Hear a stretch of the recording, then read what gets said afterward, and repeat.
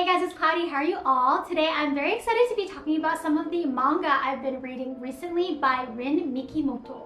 Rin Mikimoto is a mangaka that has published a lot of works in Besatsu, which is a shoujo manga magazine in Japan, and she has a couple of pretty famous series.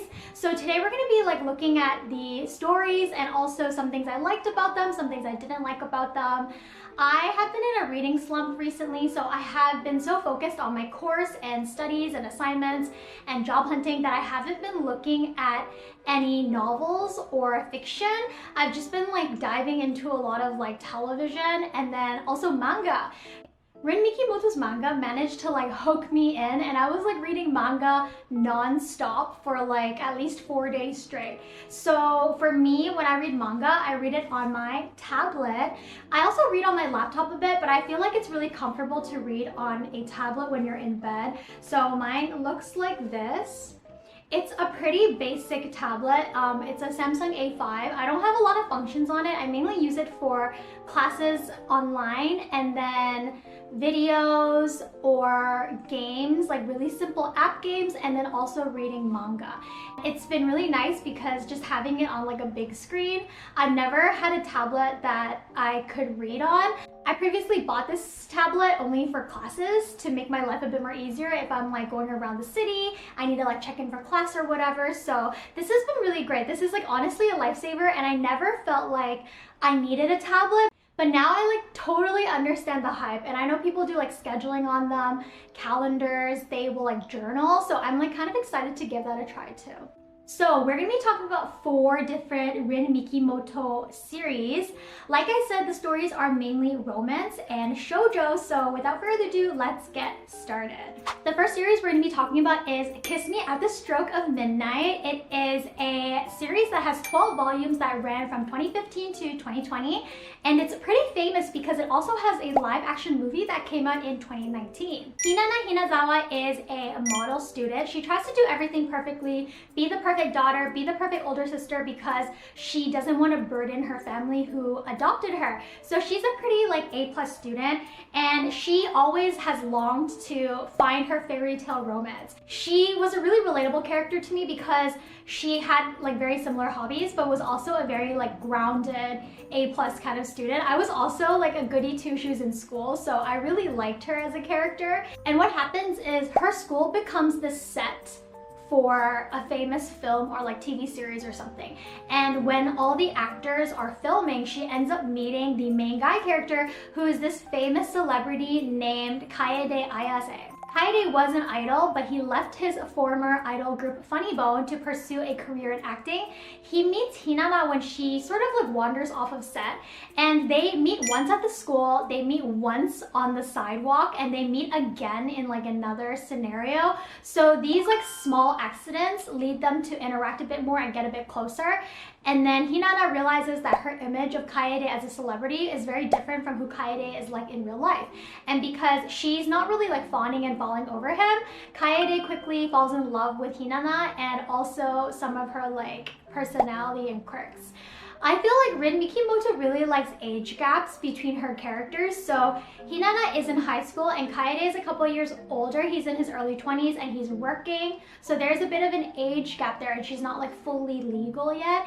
But you can sort of feel Hinata is quite mature for her age, and Kaede is definitely very childish for his age. And because he's a celebrity, he lives a very free-spirited life. So when he meets Hinata, it allows him to become more realistic about life and also a more grounded person. And then on Hinata's end, Kaede helps fulfill a lot of these sort of fantasy dating bucket list things that she's always wanted to do.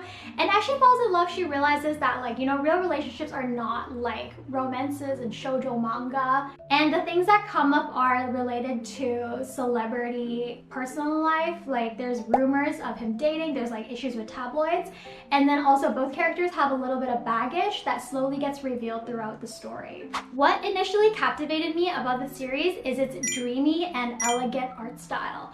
Rin Mikimoto's art style has actually changed a bit over time. If you read some of her debut stuff, it's very different from the sort of pastel romantic fancy girly style that we see in Kiss Me at the Stroke of Midnight and also one of her more recent series, Lightning and Romance. For all of her works, she has a way of like zooming into the perfect moment where it's like boom, emotional moment. There's a huge spread on the page where it's this big close-up of a character's face so you can clearly see their emotions, or it's this like dynamic angle where we're like looking up from a bottom diagonal perspective and you can see this like dramatic hug or a dramatic kiss or some sort of like romantic scene. Like there's a lot of movement in the scene, even though it should be like a slow down so that we can zero in on the emotions of the characters. So I found her art style really interesting and captivating, and I also feel like her manga panels were really easy to read. A lot of times when I read manga that's adapted from like light novels, there's so much content and so much dialogue that it's actually really hard to follow the flow of the panels. But because this manga was so well organized, the flow was very intuitive and I was able to read very comfortably, and I never had to really stop to like focus on the dialogue and like reread certain things because I felt like the visuals and the words and the text really were well balanced in that respect. Also, in this series, the female characters have some of the most like beautiful, fashionable outfits I've ever seen. Hinata is like a 16-year-old and she has like pretty like middle-class humble backgrounds, but her outfits are so incredibly stylish and so pretty, so cute. In one of the author's notes, she mentions that the two brands that Hinata likes the most are Lily Brown and Sniddle or Sniddle. If you go online and search these brands, you'll see a sort of like luxurious, glamorous kind of style to the clothes, and it gives like Hinata a very like elevated kind of aesthetic that makes her match with Kaede's celebrity style really well. If there was any criticism to give to this series, it would be that the stakes are never too high. So it is realistic in the sense that a lot of conflicts get diffused very easily, and the main characters actually have like pretty decent communication as they get closer and closer. So we're able to see a very well-rounded relationship emerge as the story progresses. And because the stakes are not too high, you never feel like they're fully gonna break up. Like even when they're about to break up and they're like, I can't be with you anymore, I don't want to hurt the people around me, you still know they're gonna get back together. Like it's a shoujo manga and they're the main couple, and they just love each other so much. Like you can really feel the depth of their feelings as they get closer and closer together. I enjoyed it a lot. Sometimes when series get really intense, it like triggers my stress and it makes my tummy hurt, but I never felt like that for this series. And so I just adore Kiss Me at the Stroke of Midnight, and after I finished it in like 2 days, I was trying to find stuff that was like similar to it because I had such a big hangover when it came to the story. Okay, so I've talked a lot about Kiss Me at the Stroke of Midnight. Let's move on to our next series, which is Lightning and Romance. Lightning and Romance is a manga series that started running in 2021, and as of right now there are 5 volumes. It is still ongoing. The last volume, I believe, came out around October last year, and it takes Kodansha about 4 to 6 months to translate, license it, and print it, and bring it to English-speaking audiences over here. So there is a little bit of a lag when new volumes drop.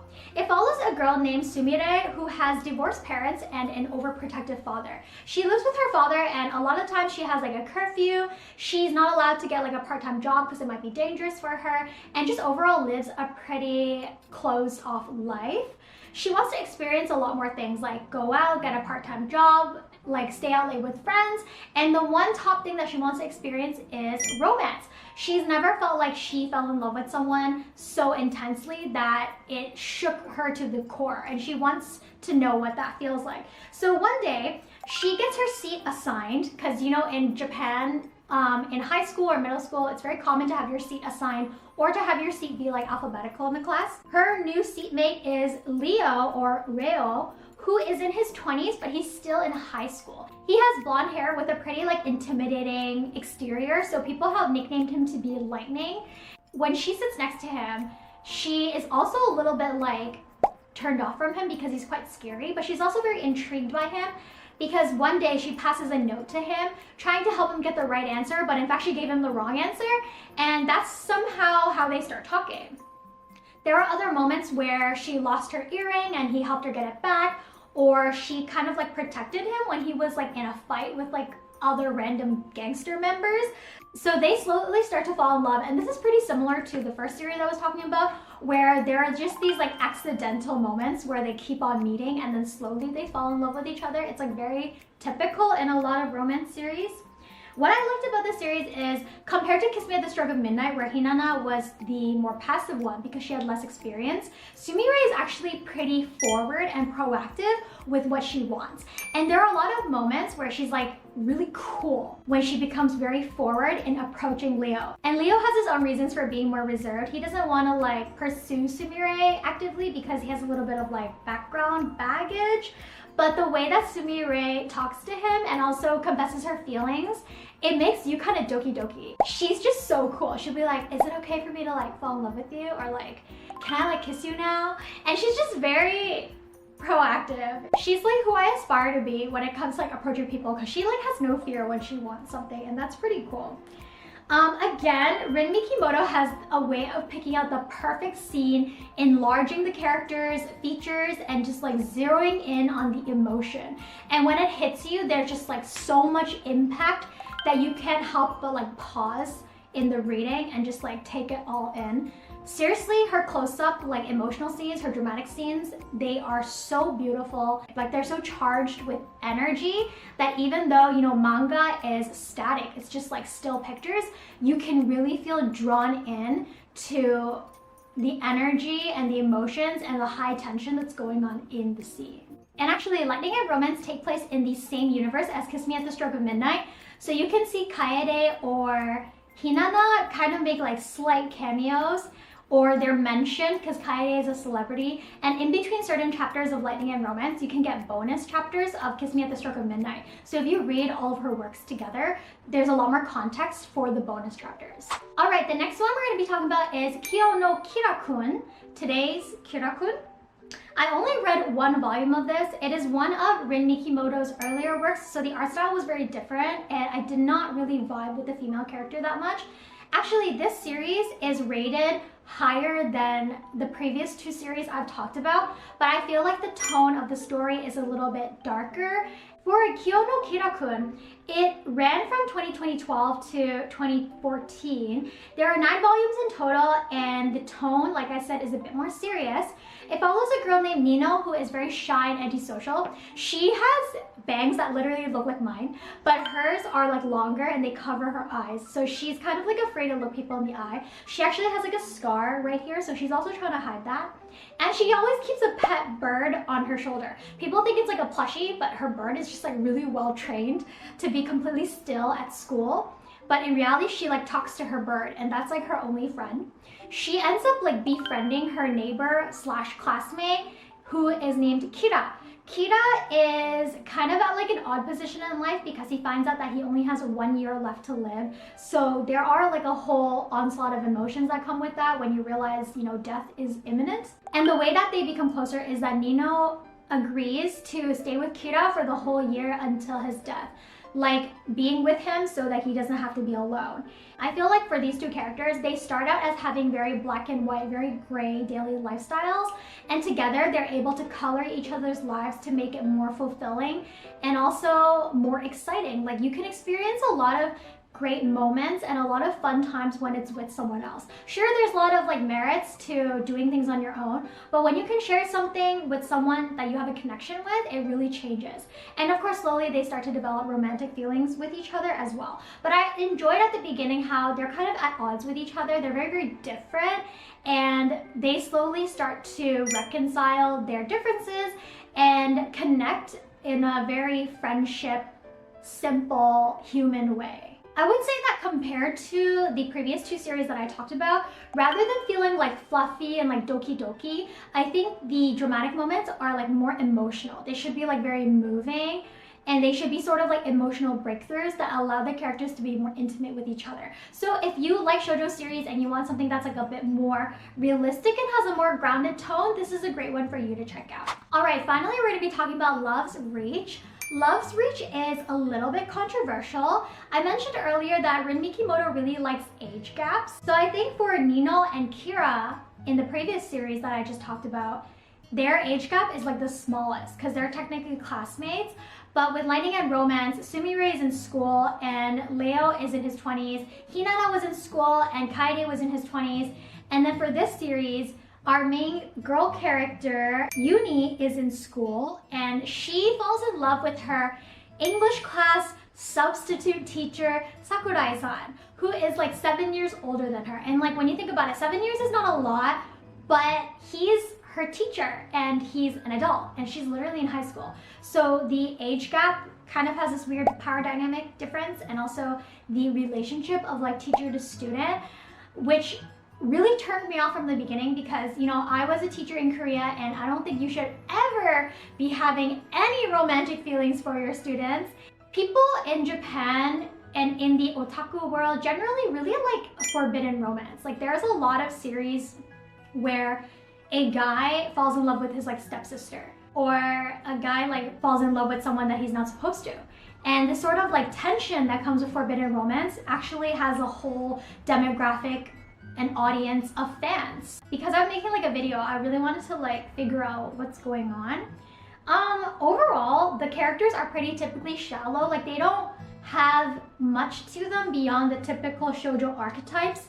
And then the pacing was a little bit off because it is the author's earlier works. So she's still sort of like figuring out certain things like storytelling and how to like properly progress a series without dragging things down. So those are the sort of things that you have to look out for when it comes to popular authors' early works. Anyways, I hope you guys enjoyed my vlog today. I went on a bit of a tangent because I got so sucked into Rin Mikimoto's works.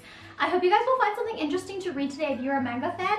Whenever I find a mangaka who has an art style and a sort of like storytelling, panel design, layout that I really enjoy, I just dive in and read everything that they've ever created under the sun. So if you have like certain authors or mangaka that you enjoy, feel free to leave them down in the comments below and I will check those out. And I will talk to you guys in my next video very soon. Bye!